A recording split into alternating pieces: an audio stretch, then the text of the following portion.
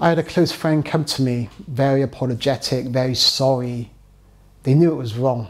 They came to me very kind of, I'm so sorry to tell you this, I'm so sorry to tell you this. And I was, yeah, okay. And I just stepped back a bit and I just thought, what is going on? Now, I went to court, but I wasn't the only person that went to court. 4 of us went to court. But for legal, the different things that could potentially happen to us if we'd lost, the others had to step back. But I said I was willing to lose my house, I was willing to lose everything I own to go to court, because I said I've got to go to court and tell my story. Win or lose, I didn't care. I had to tell my story in court. So I said I'm going to carry on pushing it. The other guys couldn't take that gamble because they weren't in the same situation as what I was. So when we complained, 11 people stepped forwards when we complained about that organisation, the culture of that organisation. Others said they wanted to come forward, but they were scared to come forward. Now, I had told the members of the council the same story. I emailed the council when we made the complaint and I told them this is what we believe is happening in this organisation.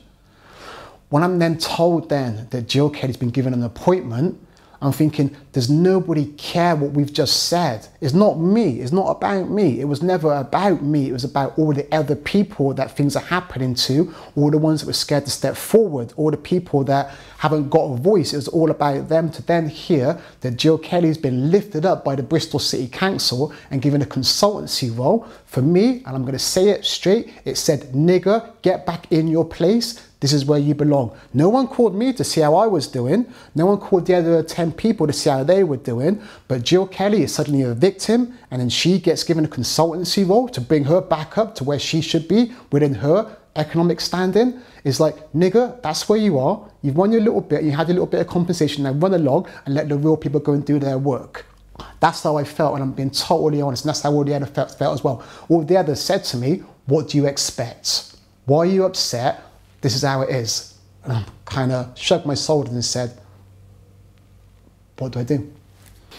When I went to university, a lot of people left Bristol and they said they're not going to come back to Bristol. And they said the reason why, they said they're never going to get on. And it's like, what do you mean? He said, you look at the jobs in Bristol, look at Bristol as a whole, and look at the people in the top tiers.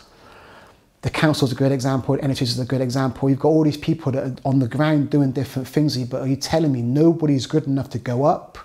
Yeah, no one's got the ability to go up.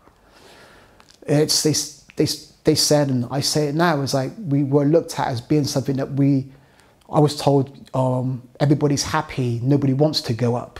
That's what I was told by the senior leaders. Everyone's happy doing what they're doing.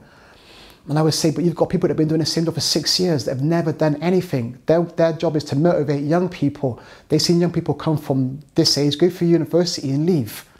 And you're telling me you think none of them want to go up? Well, none of them have complained about it, so everybody's happy. And I think Bristol's got this kind of thing is saying that everyone's happy doing what they're doing. It's like they're not happy, but whenever someone like myself steps up and does something, we get a little bit of success, but the system readjusts itself and just corrects itself and it carries on doing the same thing again, which tells people like me and anyone who's watching me, you know, just don't speak because make out like you're happy, carry on doing what you're doing, because if you do something, you're never going to get anywhere anyway.